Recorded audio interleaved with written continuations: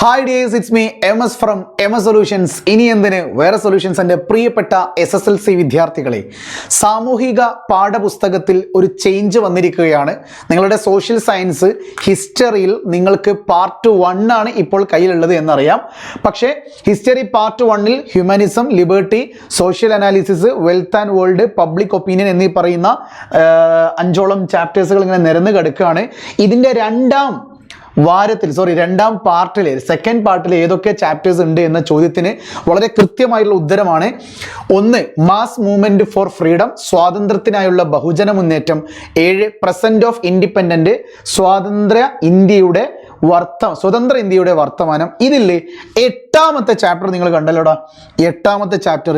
ആ 8ാമത്തെ ചാപ്റ്ററിന്റെ പേര് democracy of Indian experience ആണ്.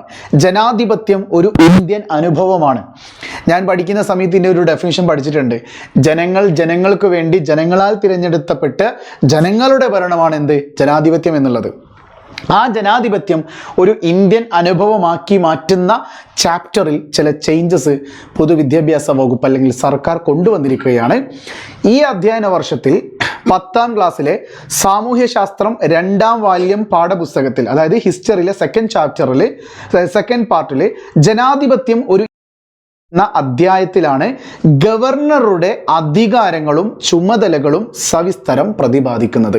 അതായത് ഗവർണറുടെ ചുമതലകൾ എന്താണ്, അധികാരങ്ങൾ എന്താണ്, എത്രത്തോളം സ്റ്റേറ്റുമായിട്ട് ലിങ്ക് ചെയ്യാൻ പറ്റും, ഏതിലൊക്കെ കാര്യക്ഷമമായിട്ട് പ്രവർത്തിപ്പിക്കാം, ഏതിലൊക്കെ ഇടപെടാം എന്നുള്ള കാര്യങ്ങൾ വളരെ ക്ലിയർ ആയിട്ട് ഈ വർഷത്തെ 10ാം ക്ലാസ് തൊട്ടുള്ള കുട്ടികൾ പഠിക്കട്ടെ എന്നുള്ള ഒരു തീരുമാനം സർക്കാർ കൊണ്ടുവന്ന് ഇന്നാണത് ഒഫീഷ്യലി അനൗൺസ് ചെയ്തിരിക്കുന്നത്.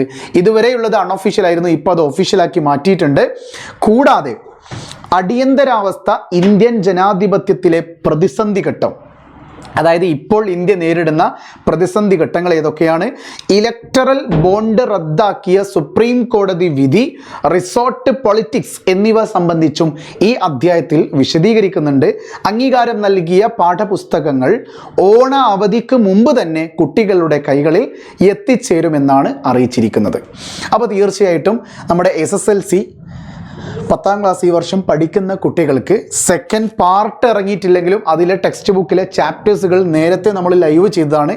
മേ ബി ഇപ്പോൾ ഈ വീഡിയോ കണ്ടുകൊണ്ടിരിക്കുന്ന ഒരു 10ാം ക്ലാസ്സിലെ സ്റ്റുഡൻറ്റിന് അല്ലെങ്കിൽ പാരൻറ്റിന് ചിലപ്പോൾ ഒരു ഡൗട്ട് ഉണ്ടാവും, സാർ ഇതുപോലെ ജോഗ്രഫിയുടെ സെക്കൻഡ് പാർട്ട്, അതുപോലെ ബയോളജിയുടെ സെക്കൻഡ് പാർട്ടിലേക്ക് ചാപ്റ്റേഴ്സുകൾ ഏതൊക്കെയാണെന്നുള്ളത് ഞാൻ എല്ലാം ഇത് ഓൾറെഡി ഇതാ നിങ്ങൾക്ക് ഇവിടെ കാണാൻ പറ്റും.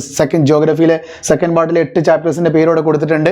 ഇതൊക്കെ ഞാൻ ഓൾറെഡി ഒരു ലൈവ് ചെയ്തിട്ടുണ്ട്. നിങ്ങൾക്ക് MS സൊല്യൂഷൻ SSLCയിലെ ലൈവിൽ പോയി കഴിഞ്ഞാൽ ഒരു പാഠപുസ്തകങ്ങൾ കുറച്ചു എന്നുള്ളൊരു ഹെഡിങ്ങോട് കൂടി ഒരു ലൈവ് കാണാൻ പറ്റും. ആ ലൈവിൽ കംപ്ലീറ്റ് ഞാൻ എന്ത് ചെയ്തിട്ടുണ്ട്, ഈ PPT ഡിസ്കസ് ചെയ്തിട്ടുണ്ട്. അപ്പോൾ തീർച്ചയായിട്ടും എൻ്റെ കുട്ടികൾക്ക് ഒറ്റ കാര്യം എനിക്ക് പറയാനുള്ളൂ, SSLC's ഹിസ്റ്ററിയിലെ സെക്കൻഡ് പാർട്ടിൽ ടെക്സ്റ്റ് ബുക്കിൽ എന്ത് ചെയ്തിട്ടുണ്ട്, ഡെമോക്രസിയുടെ ചാപ്റ്ററിൽ ഗവർണറുടെ അധികാരം ഉൾപ്പെടുത്തിയിട്ടുണ്ട്. അത് ഈ വർഷം തൊട്ട് പഠിക്കട്ടെ. കാരണം കാര്യങ്ങൾക്ക് അറിയാലോ, ഗവർണറും സ്റ്റേറ്റ് ഓഫ് കേരളവും തമ്മിൽ നല്ല അടി നടന്നുകൊണ്ടിരിക്കുകയാണ്. പല കാര്യങ്ങളിലും അവർക്ക് എതിർപക്ഷവും അങ്ങോട്ടും ഇങ്ങോട്ടും എതിരഭിപ്രായങ്ങളുണ്ട്. അനുകൂല അഭിപ്രായങ്ങൾ വേറെയുണ്ട്, അഭിപ്രായങ്ങൾ വേറെ ഉണ്ട്. സർവകലാശാലകളുടെ പ്രശ്നങ്ങളിലൊക്കെ ഗവർണർ ഇടപെടുമ്പോൾ അതിൻ്റെതായ പ്രശ്നങ്ങളും പരിഭവങ്ങളും പ്രതിസന്ധികളും പ്രയാസങ്ങളും സ്റ്റേറ്റ് നേരിടുന്നുണ്ട്.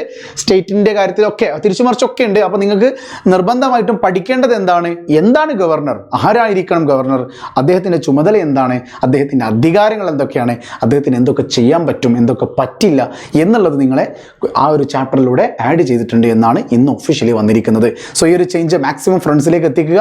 അതോടൊപ്പം തന്നെ MS സൊല്യൂഷൻസിൻ്റെ SSLCയുമായി ബന്ധപ്പെട്ട അപ്ഡേറ്റുകൾക്കും ലൈവ് ക്ലാസ്സുകൾക്കും വേണ്ടി ഈ MS സൊല്യൂഷൻ SSLC എന്ന് പറയുന്ന യൂട്യൂബ് ചാനൽ സബ്സ്ക്രൈബ് ചെയ്യാൻ മറക്കല്ലേ.